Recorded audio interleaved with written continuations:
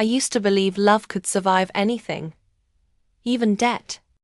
That belief cost me $42,000, a trash credit score, and 3 years of sleepless nights. But it also gave me something far more powerful: revenge. Let me take you back. When I met Marcus, he was magnetic, tall, charming, with a smile that could melt steel. He worked in real estate, or so he said, and always talked about building empires. I was 28, working in HR and dreaming of buying my first home. He made me feel like I was already living in one. We moved in together after 6 months. Fast, I know. But he made everything feel urgent. Why wait? He'd say. We're building something real. He convinced me to open a joint credit card, just for emergencies. Then came the car loan. Then the business line of credit for his business. I signed. Every time. Because I loved him. And then, the collapse. It started with a phone call. Ma'am, your payment is 60 days overdue. I blinked. What payment? The voice on the other end listed a credit card I didn't recognize. My stomach dropped. I checked my credit report. There were 6 accounts I hadn't opened. All maxed out. All in my name. Marcus swore it was a mistake. I'll fix it, he said. Don't worry. But he didn't fix it. He disappeared. One morning, I woke up and he was gone. His clothes, his laptop, even the framed photo of us in Paris vanished. I was left with $42,000 in debt, a credit score of 512, and a lease I couldn't afford. I cried for 3 days straight. Then I stopped. Because crying wasn't going to fix my credit. I started Googling how to rebuild credit after identity theft, debt recovery strategies, credit repair for beginners. I joined forums, took free webinars, read every article I could find. I learned about dispute letters, goodwill adjustments, and debt validation.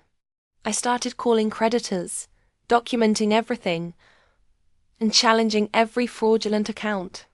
It was exhausting, but slowly things started to shift. One account was removed. Then another. I got a secured credit card, paid it off every month. My score crept up 520, 540, 580. I became obsessed, not just with fixing my credit but understanding it. 2 years later, I was a certified credit repair specialist.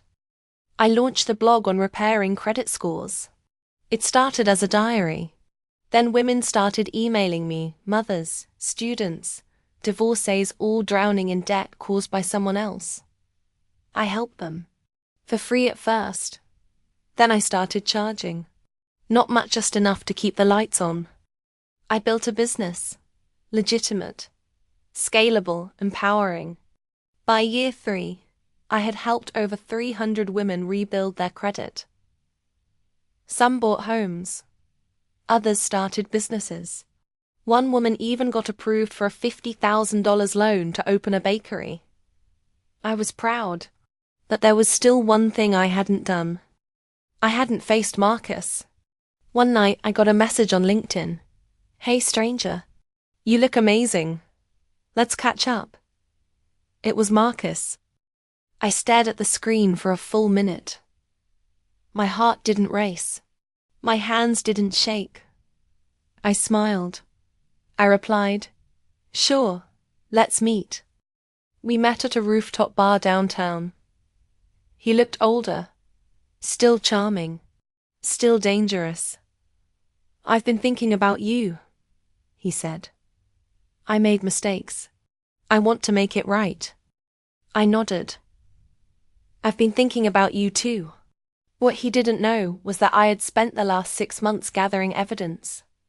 I had copies of the fraudulent applications, IP addresses, emails, even a recorded phone call where he admitted to using my credit just until his deal closed. I had a lawyer, a good one. I filed a civil suit for fraud, identity theft, and emotional damages. Marcus tried to deny everything, claimed I was just bitter, that I had given him permission. But the evidence was airtight. The judge didn't even flinch. He ruled in my favor. Marcus was ordered to pay $68,000 in damages and legal fees. His assets were frozen. His business license revoked. I watched him as the verdict was read. He didn't look angry. He looked stunned, like he'd just realized the woman he left in financial ruin had become his worst nightmare. I didn't just win money. I won peace. I used part of the settlement to launch a non-profit that teaches financial literacy to women recovering from financial abuse. We host workshops, offer free credit counseling, and partner with shelters and legal aid groups. Marcus became a footnote, a cautionary tale. But I became a force. Final words.